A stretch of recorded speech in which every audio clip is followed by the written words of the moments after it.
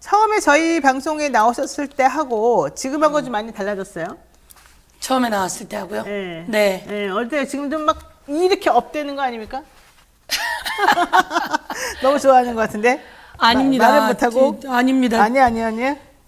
당원 동지 여러분 도와주십시오. 그리고 제가 사실은 삼선이고요. 그렇지, 삼선이죠. 네, 그리고 또 이재명 대통령 후보의 총괄 상황실장을 했고, 이렇게 경륜과 역할로 보면 네. 사실 처음 기대되던 역할은 좀 더 중요한 최고위원 자리 역할이었는데요. 시작을 해보니까 현실을 제가 알게 된 거죠. 그래서 사실 처음 누구나 다 그렇게 기대했겠지만 기대했던 것보다는 지금 상황이 그리 좋은 상황은 아니고요. 그런데 처음 나와서 얻었던 득표보다는 상황이 많이 좋아졌습니다. 그래서 이번에 많은 것을 배우고 훈련했다. 그래서 말씀처럼 권리당원표가 처음엔 5등 그리고 4등 지금은 3등인데 어제 결과로는 이제 여론조사까지 합쳐서 4등이 됐습니다. 그래서 조금 제가 기대했던 것보단 그렇다고 하지만 현장은 아주 좋습니다. 현장은 제가 1등인 것처럼 나오는데요. 맞아요. 현장은 아주 좋아서요. 예, 우선 전국을 다니고 전국의 당원분들을 뵙고 또 이 기회에 국민들의 뜻이 무엇인지 또 한 번 더 새길 수 있는 기회가 되어서 아주 의미 있는 전당대회를 치르고 있습니다. 그러니까 지난번에 나오셨을 때는 이제 수석 최고위원을 노린다 이런 각오로 오셨는데 네. 그 위에 보니까 구민정 의원 만만치 않아요. 네. 구민정 의원님은 계속 2등 하다가 네. 이번에만 조금 3등 아주 살짝 3등으로 내려갔다가 바로 2등 가겠죠? 네. 근데 어쨌든 아니 삼선의 중진 의원이 말이죠. 네. 처음에는 깜짝 놀랐어요. 아니 5등 하나 6등 하나 왔다 갔다 해가지고. 근데 그 다음에 제가 또 이렇게 궁금해서 아주 주의 깊게 살펴봤더니 가는 곳마다 웃음꽃이 피고 가는 곳마다 아주 그냥 으쌰으쌰 이 분위기가 된다 분위기가 나오더라고요. 다른 분들하고 다르게. 네, 많은 분들이 좋아해 주시고요. 네. 예, 힘을 주시고 또 시작할 때도 같이 만나고 끝날 때까지 마지막에 또 뵙고 이렇게 오는데요. 네. 사실은 현장에 대의원들이 다 계시거든요. 그렇죠. 그러니까 미리 가서 인사드려야 되고 아직 대의원 투표는 하지 않았습니다. 안 했다고. 그러니까 그 저희들이 연설하기 전에 그 당원들하고 만나기 전에 권리당원 투표는 끝나는 거죠. 그렇죠. 그래서 인지도 투표로 끝난다 이런 성향이 좀 있고요. 대의원들은 아직 투표하지 않았고 그날 연설을 듣고 투표를 28일 날 하게 됩니다. 그래서 그분들과 만나서 그분들이 내가 대의원 때는 꼭 찍어줄게. 서영교 능력 있어, 역량 있어, 투쟁도 잘하고 실력도 있어. 꼭 찍어줄게. 잘해. 이렇게 이야기하십니다. 기대하고 있습니다. 제가. 그런데 저는 좀 우려스럽더라고요. 왜냐하면 이게 최고위원은 투표를 두 표 하잖아요. 네, 그렇습니다. 그러니까는 어쨌든 수사권 우리 표 만들어야 된다 해가지고 요즘 지금 믿는 사람이 정청래 의원을 믿나 봐요, 사람들이. 네. 그런데 이제 친명 쪽에서 그런데 한 표를 누구 줄 것이냐를 가지고서 이제 머리를 막 쓰는 거예요. 근데 내가 그럼 서영교 의원 줘야 되나? 그럼 누구 줘야 되나? 막 물어봤어요. 고영애 의원 줘야 되나? 손갑석 의원 가져가겠죠? 그랬더니 아니라는 거예요. 박찬대를 줘야 된다. 왜 그렇게 됐어요? 그럼 박찬대가 지금 에리까리 하니까 박찬대 의원한테 몰아줘야 되는데 그러면 서영교 의원 표는 누가 줘요? 그러니까요. 아니 이게 그래서 일을 잘할 사람에게 줘야 되고 능력 있는 사람에게 줘야 되고 박찬대 의원 아주 괜찮기 때문에 일 잘하겠죠. 능력 있고 괜찮아서 주시고 또 중요한 건 일 잘하고 또 그 투쟁력 좋고 소통 잘하고 마음 따뜻하고 그리고 전국에 그 망을 다 가지고 힘을 치러야 된다고 하는데 표가 안 오면 그러니까 소용이 없죠. 그래서 제가 지금 표가 안 왔던 이유가 그건데요.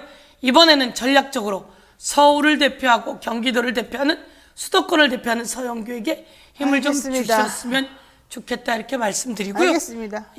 마라톤님께서 서영교 의원님 2대 총학시장 출신 전두환 정권과 맞짱 뜬 2대 원더우먼 이렇게 응원하셨고요.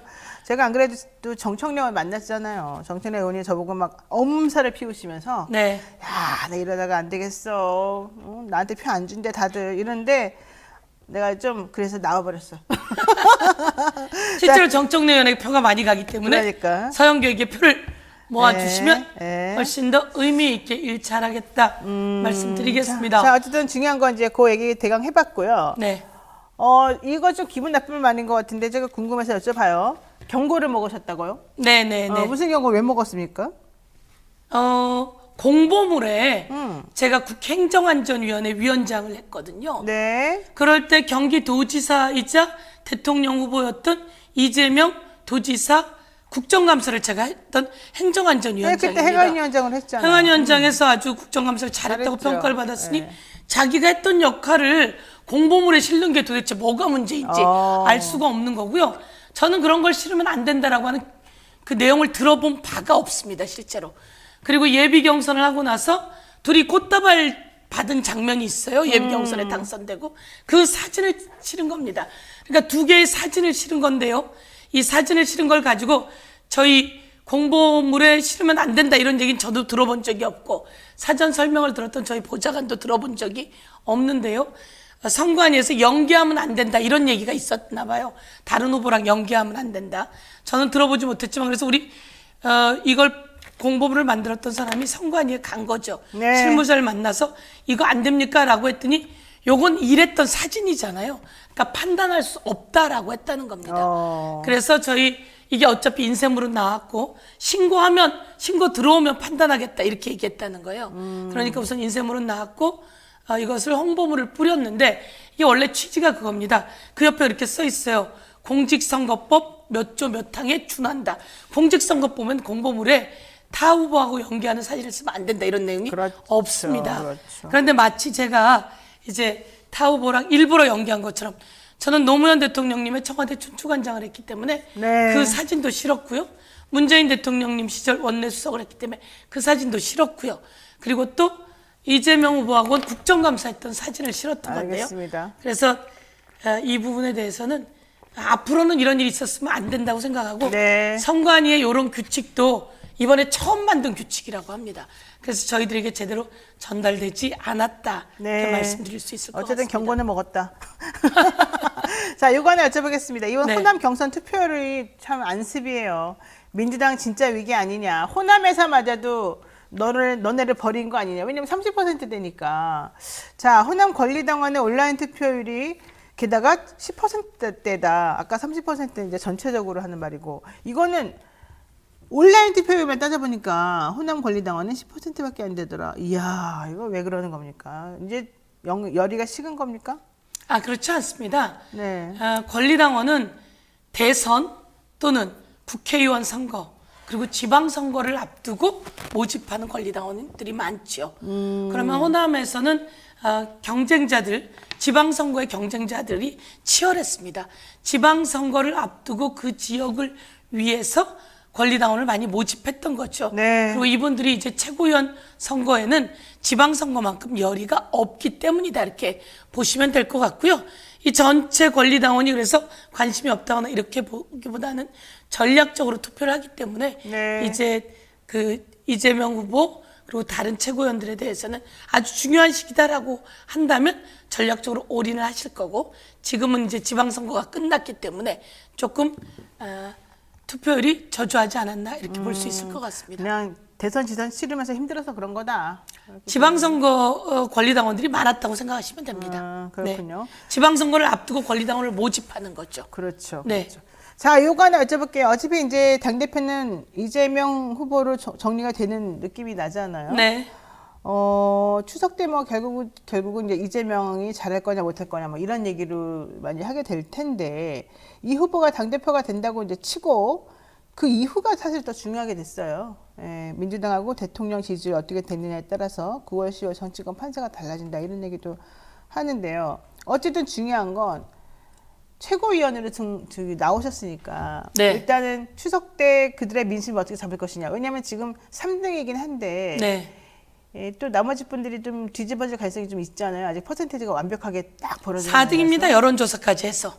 그래요? 네, 여론조사가 솔직히. 들어가지 않은 거고요. 3등은 25표 차 3등이고요. 아이고, 그러면 그다음에 좀 여론조사가 합쳐지면 4등입니다. 그러니까 많은 분들이 전략적 투표를 해서 네. 4등과 5등, 그러니까 그 박찬대 의원하고 장경태 의원에게 표를 많이 주셨던 거죠. 그래서 제 표가 그렇게 나눠졌다고 또 말씀드릴 수 있을 것 같고요. 이젠 제가 4등이니까 전략적 투표를 하셔서 3선이면서 좀 안정감 있게 이재명 당대표가 이제 될 가능성이 높은데요. 를 뒷받침해주고 또 윤석열 정부에서 들어오는 정치적 검사, 정치검사, 정치경찰들의 수사는 제가 막아주고 또 정치적 공격도 막아주고 각 그 국회의원들과 원외위원장 그리고 지자체장 등 우리 당원들과의 관계 소통도 원활히 해줄 사람, 그런 사람은 서영교다. 그래서 이번에는 전략적 투표를 서영교에게 해주셔야 된다, 이렇게 말씀드릴 수 있을 것 같고요. 지금 말씀처럼 이번에 그러면 최고위원이 된다, 그럼 어떻게 대응할 거냐, 이런 말씀이시잖아요. 우선은 윤석열 정부가 제대로 하는 것이 없습니다. 제가 사실 행안위원장을 했기 때문에 이번에 수재가 났잖아요. 정말 강남에서 그렇게 물난리가 날 줄이야. 그리고 전국적으로 그렇게 물난리가 났을 때 행안부 장관은 군산에 가서 식사하면서 술이 들어갔다는 이야기가 있고요. 그러니까요. 대통령은 자기 집에서 나오지 못하고 있고요. 총리도 마찬가지고요. 제가 행안위원장 했을 아무도 때 없더라고요. 아무도 없어. 재난재해가 기억나실지 모르겠어요. 호남에서 지붕 위에 소가 떠 있었단 말이에요. 봤어요. 엄청났었습니다, 그때. 그렇죠. 그때 대통령, 총리, 행안부 장관, 저 행안위원장 서영교까지 총동원돼서 빨리 움직였습니다. 네. 이렇게 나라를 책임지는 분들이 움직이면 바로 따라서 그 지자체 관리차들이 움직이고 또 소방, 경찰들이 다 움직이게 되는 거죠. 이런 과정 속에서 위기를 기회로 만들어냈었습니다. 네. 그렇기 때문에 근데 이 정부가 하지 못한 이런 부분들을 저희가 해낼 수 있도록 비전을 다시 보여주고, 경제가 아주 어려운 상황인데요. 민영화에 앞장서면서 그리고 대기업의 감세 1년에 12조입니다. 대기업을 12조를 감세하면 국민으로부터 고요를 짜서 그거를 메꾸게 돼 있거든요. 요거를 차단해내고 국민께 알려나가고 차단해내는 게 저희들의 일인데요. 제가 기재위입니다. 특히 그것을 맡아서 해내야 되고, 공기업 민영화 막아야 되는데요. 공기업들의 알짜배기 건물들을 팔라 그러는 거예요. 그러니까요. 팔았을 때 그 팔아서 사는 사람들이 그 기재부에 있었던 그 모피아들. 그러니까 그게 조금 애매하더라고요. 사실 그 얘기는 안 여쭤보려고 했는데 이번에 그 건물 매각해라, 뭐 니네 잔치는 끝났다 이러면서 멀쩡한 재산 팔으라고 하는데 두 가지가 문제였죠. 하나는 팔 수 없는 것까지 팔라고 난리쳐서 그것도 문제였고, 두 번째는 팔아도 되는 물건들이 팔면 누가 안 되는 너무 아까운 물건들이 많았고, 특히 그 물건을 사기로 되어 있는 사람들이 뭔가 연결이 되고 냄새가 나는 거예요. 냄새가 나는 사람들. 저는 그래서 이거 되게 뒤져봐야 된다. 뒤져보고 전부 다 막아야지 되는 조사 안 하면 큰일 나겠다. 맞습니다. 왜냐면 한국석유공사인가 멀쩡한 건물 3년밖에 안 된 멀쩡한 건물 팔아가지고 지금 임대료만 몇백억씩 내고 있는 거잖아요. 근데 계속 그런다는 거잖아요. 그렇죠. 근데 그 건물을 산 사람이 또 누구냐. 그러니까. 이런 것에서 도대체 이 정부는 왜 그러는지, 이명박, 박근혜, 윤석열 내려오면서 아니 왜 그러는 건지. 그러니까 이해가 안 가는데 어쨌든 그 부분 지적해 주셨습니다만은 그런 거라도 제대로 확인하기 위해서라도 서영교 의원을 뽑아야 되는군요. 네, 그렇습니다. 제가 기재입니다. 기재위. 알겠습니다. 기재위니까 지난번에 행안부, 지난번엔 행안위, 행안위, 기재위 정말 요소만 딱 맡으시는데 한번 잘 해보시기를 바라고요. 이 후보가 당대표가 된다는 전제하에 민주당하고 대통령 지지율 좀 달라질 것 같아요. 그리고 어떤 영향을 미칠 것도 같아요. 왜냐하면 이 후보가 나 일하는 사람, 혁신과 비전을 줄 수 있는 사람, 희망을 줄 수 있는 사람, 이걸로 지금 나가겠다는 거잖아요. 그렇습니다. 구체적으로 뭔가가 시작 나와버리면 오히려 일 안 하는 대통령 혹은 정책 모르는 사람들, 이 사람들하고 좀 비교가 되잖아요. 왜 가능하겠습니까?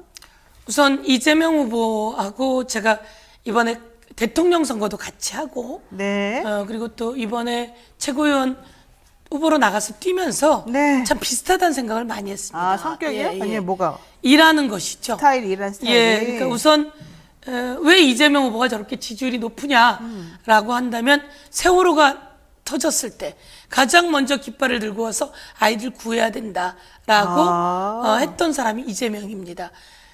박근혜 정부가 국정농단을 했을 때 가장 먼저 깃발을 들고 와서 박근혜 정부하고 싸운 사람이 이재명입니다. 그렇군요. 세월호, 그리고 이 어려운 상황이 있을 때 가장 먼저 아이들을 구하는 법과 제도를 만들어 나간 사람이 서영교입니다.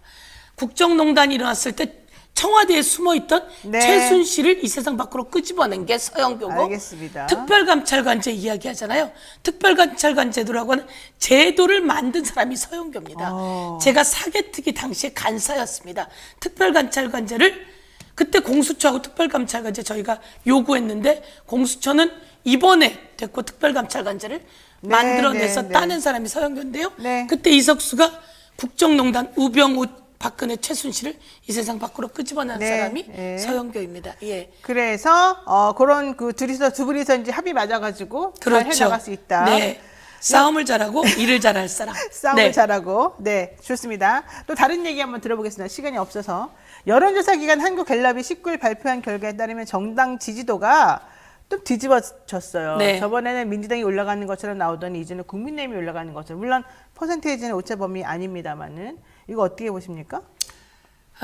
국민의힘이 올라갈 내용이 없잖아요. 근데 왜 올라갔어요? 떨어지고 거기다가 이준석하고 그 싸움과 그 다음에 뭐 수재 현장 가서 엉뚱한 발언 비가 더 왔으면 좋겠습니다. 이런 발언이 있었는데 뒤집힐 수가 없는데 그렇다면 이건 위기를 느낀 그 보수들이 결집해서 정신 차려라라고 하는 측면이다라고 저는 생각을 하고요. 이럴 때 더불어민주당이 비전을 내보일 수 있고 믿고 싶다라고 하는 것을 내보일 수 있어야 되는데 그 내용이 바로 이제 다시 새로 구성될 이재명, 서영교 이 지도부가 만들어낼 수 있지 않을까 이렇게 이야기 그래서 수 있을 것 어쨌든 같습니다. 지도부 정당의 지지도가 또 달라진 거는 보수층이 결집한 것으로 그래서 오히려 여기에 대해서는 민주당이 또 다른 특단의 대책으로 다시 한번 또 진보 세력들을 모아 보겠다. 비전을 내보이고 국민에게 신뢰를 받을 수 있는 모습을 보이는 것은 새로운 지도부가 만들어낼 과제다 이렇게 말씀드릴 수 있을 것 같습니다. 자, 또 보겠습니다. 정치 현안 얘기 이거 안 엽져볼 수가 없는데요. 행안위 장관이기도 위원장. 위원장. 이제 장관 한번 하세요. 제가 그 김순호 경찰국장 그 프락지 의혹 계속 나왔었는데 본인은 뭐 아니다 왜 나만 갖고 그러냐 막 이런 얘기 계속 하더라고요. 근데 이상민 장관도 이 김순호 얘기 계속 나오니까 알았어 내가 좀 생각해볼게 이런 태도를 지금 보였어요. 그리고 하는 말이 문재인 정부 때도 그 사람 승진했는데 왜 이제 와서 우리 이것만 갖고 난리냐 이렇게 말하더라고요. 이거 어때요? 경찰은 시간이 지나가면 승진합니다. 경찰은 일정 직위까지 그 근속 연수가 있어서 그 과정에서 시간이 지나가면 승진하는 거고요. 그렇죠. 전형적인 내로남불의 이야기잖아요. 그러니까 그래요? 그때도 그랬잖아. 윤석열 대통령 지지율이 뚝 떨어진 건 박순애라고 하는 장관을 놓고 이렇게 좋은 장관 봤어요? 그전 문재인 정부에서도 그랬잖아요. 라고 했던 발언, 그런 자세, 그런 생각 이런 것들이 문제가 있었는데요. 이 사람들이 변화하지 못하고 있는 거죠. 그렇게 말하면 돼 라고 윤석열도 한동훈도 이상민도 그런 방식을 쓰는 겁니다. 그전에도 그랬잖아요 라고 하는 식으로 그전에는 그러지도 않았지만 제가 행안위원장으로 있어서 아는 것은 경찰은 시간이 가면 승진하게 돼 있습니다. 그런데 지금 이 상황은 뿌락지라고 하는 것을 알고 있으면서 그 행적들이 치안감으로 경찰국장에 앉히려면 그 인사검증해야 합니다. 인사검증해야 되고 그 검증을 해놓고 저렇게 앉혀놨으면 책임을 져야 되죠. 그래서 이거는 김순호도 그만둬야 되고 그리고 이상민도 책임지고 대국민 사과하고 그만둬야 합니다. 그런데 자기한테까지 올 책임 여파를 자르고 싶은 거죠. 근데 국민들이 비판하는 거죠. 그리고 이제는 비난으로 가기까지 시작하게 되는 건데 정신 차려야 됩니다. 그렇군요. 주호영 비대위원장이 언론 인터뷰에서 이재명 의원과 관련된 수사가 정치 보복이냐 아니냐 이런 얘기를 하니까 이미 그 전 정권에서부터 시작된 것인데 이걸 가지고 정치 보복이라고 하면 안 된다. 라고 말했어요. 이거 어떻게 보십니까? 어떤 게 그 전 정권에서부터 수사하기 문재인 정권 때부터 시작됐다는 거죠. 말도 안 되는 소리고요. 그들이 고발하고 그들이 수사하고 이렇게 되고 있는 거군요. 고발하고 수사하는 것이고 고발하면 언론이 내보내고 그걸 정치검찰이 그리고 또 정치경찰을 시켜서 수사하고 압수수색하고 자, 마지막 여쭤보겠습니다. 민주당이 대통령실 이전하고 관저 공사수조 특혜 의혹 관련해서 국정조사 조사해야 된다고 요구하잖아요. 네, 그렇습니다. 민주당이 의원 수가 더 많으니까 가능할 것 같기도 한데 뭐 의원 내각제 혹은 뭐 개헌 문제까지 지금 나오고 있는 상황에 의해서 이거 괜찮겠습니까? 하겠습니까?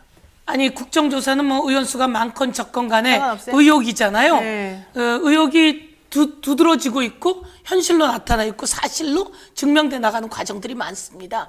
그리고 대통령실 주변에서 일어나고 대통령 부인에게서 일어나는 거라면 당연히 국정조사 해야 된다고 생각하고요. 네. 이것은 국민의 여론이 국정조사 해야 된다라고 하는 것에 뒷받침을 하고 있다 이렇게 생각해서. 근데 국정조사 네. 약하지 않아요? 특별감찰관 해야 되는 거 아니야? 지금 감찰관도 비어있지만. 특별감찰관제는 청와대가 해야 되는데 특별감찰관제 둬야 합니다. 네, 왜안 해요? 특별감찰관제 임명해서 거기서 해야 되고 민정수석실이 없지 않습니까? 그렇죠. 민정수석실이 있어서 대통령과 대통령 측근, 대통령 친인척, 특히 김건희 여사를 비롯한 그 주변의 건진법사 등 다 수사하고 조사해야 합니다. 알겠습니다. 그런데 민정수석실이 없으니 특별감찰관제 꼭 해야 되고요. 특별감찰관제를 근데 두려워하고 하고 싶지 않은 거죠. 자기네 영역을 건드리지 마라라고 하는 것 같은데. 문재인 네. 정부 때도 특별감찰관 임명 안 했던데 왜 우리만 갖고 그래? 이러던데. 민정수석실이 있었죠. 그때 민정수석실이. 민정수석실이 있었으니까. 민정수석실이 그 일들을 해내는 역할들을 같이 했던 겁니다. 알겠습니다. 어쨌든 오늘 마무리 여기까지 해야 될 것 같고요. 이제 더 이상 의원님 그 전당대회 끝날 때까지 다시는 못 모실 것 같으니까. 네. 네, 마지막으로 한마디만 해주시죠. 여러분, 서영교에 바람이 불고 있습니다. 네. 현장에서 모두 서영교가 멋지다, 일 잘한다, 그리고 서영교 믿고 싶어 이렇게 이야기하십니다. 기호 2번입니다. 이 기호 2번 국민의힘 기호 2번이라 좀 기분이 안 좋았는데요. 이 기호 2번 윤석열과 윤핵관을 끊어내는 도구로 쓰겠습니다. 그리고 김건희와 김핵관 그리고 설쳐되는 한동훈을 끊어내는 도구로 쓰겠습니다. 서영교 살아온 게 증명합니다. 투쟁력이 있습니다. 서영교를 믿어주시고요. 유능합니다.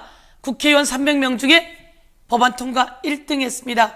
이재명과 서영교가 닮은 것은 싸울 때 싸울 줄 알고 억울하고 소외된 사람 꼭 살펴내고 이것을 정책과 법안으로 만들어낸 뚝심이 있다는 겁니다. 실력이 있다라고 하는 것은 소통하고 능력이 된다라고 하는 겁니다. 네. 예, 서영교에게 힘을 모아주시고요. 이제 서영교에게 힘을 모아주시면 서영교가 좋은 더불어민주당 지도부 꾸려서 국민의 목소리에 경청하고 당원이 행복한 정당 만들어내고 이기는 더불어민주당을 원하십니까? 이기는 더불어민주당의 선봉장이 되겠습니다. 감사합니다. 이야, 아주 그냥 연설을 짧게 잘 들어봤습니다. 고맙습니다. 감사합니다.